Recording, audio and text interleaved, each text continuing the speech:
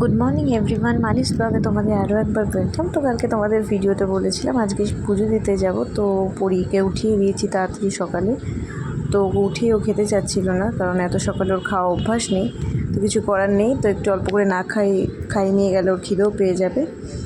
তো চলো আজকে ভিডিওটা এখান থেকে শুরু করছি, আশা করি ভিডিও দেখতে খুবই ভালো লাগবে। তো চলো ভিডিওটা স্টার্ট করা যাক। তো পরীকে খাওয়ানোর পরে পরীকে রেডি করে দিয়েছি, দেখো রেডি হয়ে গেছে। তো আমরা সবাই সকালে স্নান করে নিয়েছি, তো আমরা সবাই রেডিও হয়ে গেছি। এবার আমরা বেরোবো।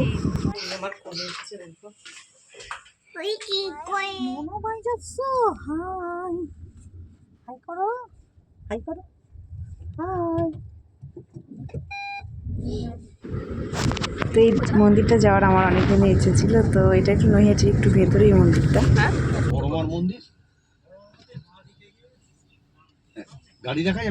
তো আমরা এখানে চলেও এসেছি। তো এসে দেখি প্রচণ্ড লাইন পড়ে গেছে। আসলে আমাদের বাড়ি থেকে বেরোতে একটু দেরি হয়ে গেছে। এখানে 8টার থেকে পুজো শুরু হয়। অলরেডি মনে হয় যারা লাইনে দাঁড়িয়ে আছে 6টা থেকে দাঁড়িয়ে আছে, কেন অনেক মানুষের পরে আমরা এখানে বসেছি একটুখানি। সোনাকে নিয়ে তো দাঁড়িয়ে থাকা সম্ভব না। জল দিচ্ছি মা, আর এখান থেকেই ডাকখোলা কিনবে। বেশি বলে মন্দির মনে হয় না, হয়ে যাবে। আসলে ওখানে মামুনি বসে আছে একটা চেয়ার, তো একটুখানি সামনে থেকে দেখি মাকে দেখতে পাই কিনা। করি কাঁধে দেখতে দেখতে আছে, নিচেও নামবে না, ও তো নিচে নামে না কোনোদিনই।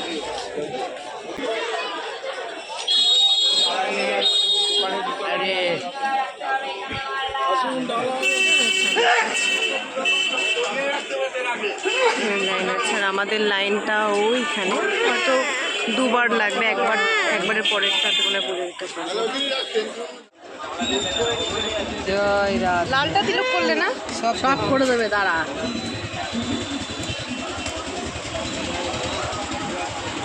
জয় বড় মা, সুন্দর লাগছে। জয় বড়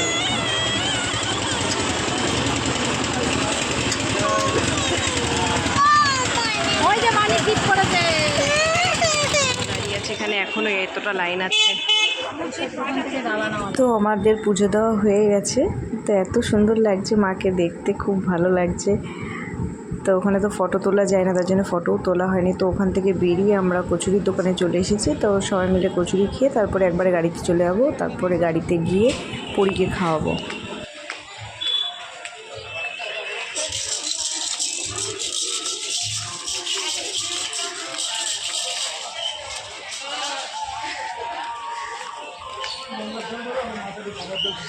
হ্যাঁ ঠিক আছে। তো পরীকে গাড়িতে উঠে খাইয়ে দেওয়া মাত্রই ও ঘুমিয়ে পড়েছে। তো অনেক সকালে উঠেছে, তো স্বাভাবিক ও ঘুম পেয়ে গেছে। তো বাড়ি এসে গেছি, এসে ভাত বসিয়েছি সোনার জন্যে, আর এখানে মাছের ঝোল করবো। আর সোনা ঘুমিয়ে পড়েছে গাড়িতে, তো সোনাকে শুয়ে দিয়েছি।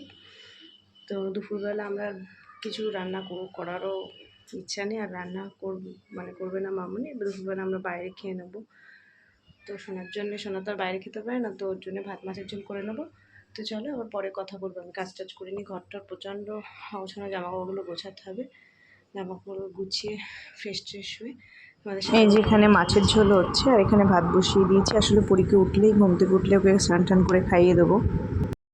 তো এই দেখো আমরা এখন বেরোচ্ছি, সোনাকে খাওয়ানো কমপ্লিট হয়ে গেছে। তো আমরা এখন খেতে যাচ্ছি। কালকে যেহেতু খাওয়াও হয়নি, আমাদের রেস্টুরেন্টে বসেও খাওয়া হয়নি, তো আজকে আমরা রেস্টুরেন্টেই যাচ্ছি খেতে।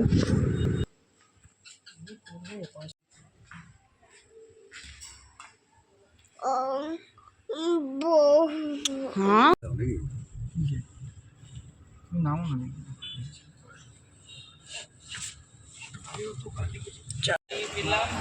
সোনা বলছে বিরিয়ানি খাবে, ও খুব ভালোবাসে খেতে।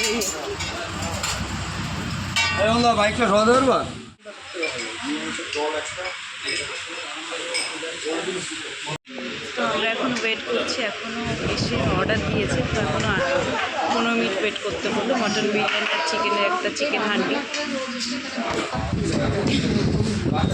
তো মামুনি বলছে রান্না না করে এখানে এসে প্রতিদিন খেয়ে যাওয়া ভালো, বাড়িতে রান্নাবান্না খুব ঝামেলা। তো অর্জুন বাইরে গেছে পুরীর জন্য একটা চিপস কিনতে, ও একটু কুরকুরে খেয়ে মাথা খারাপ করে দিচ্ছে।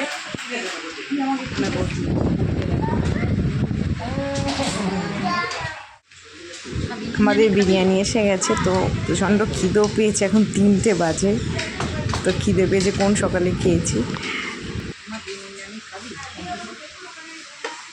তো খাওয়া দাওয়া পড়ার পরে যে এই যে মৌরিগুলো দেয় না, তো ওইটা দিয়েছে খাওয়ার জন্য আমাদের। আর ও পরি কী করেছে, ওই প্লেট ধরেও নেবে, আর না দিলে ওকে কাটছে।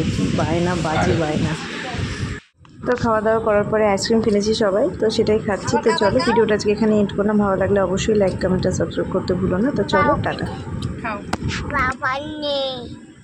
কে এনেছে আইসক্রিম? কে কিনে দিয়েছে? টাটা গাই।